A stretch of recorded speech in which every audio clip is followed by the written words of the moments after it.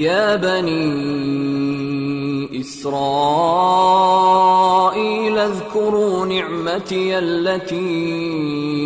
أنعمت عليكم وأوفوا بعهدي أوف بعهدكم وإياي فارهبون وآمنوا بما أنزلت مصدقا لما معكم ولا تكونوا أول كافر به ولا تشتروا بآياتي ثمنا قليلا وإياي فاتقون ولا تلبسوا الحق بالباطل وتكتموا الحق وأنتم تعلمون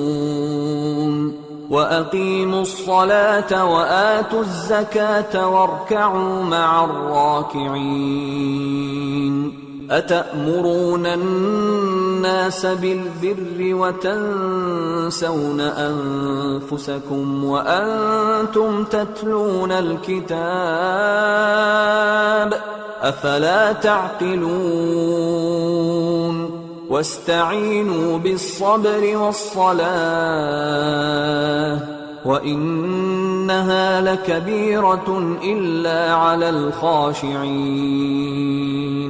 الذين يظنون أنهم ملاقو ربهم وأنهم إليه راجعون۔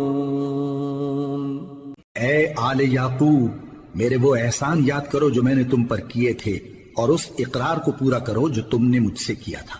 میں اس اقرار کو پورا کروں گا جو میں نے تم سے کیا تھا، اور مجھی سے ڈرتے رہو۔ اور جو کتاب میں نے اپنے رسول محمد صلی اللہ علیہ وآلہ وسلم پر نازل کی ہے،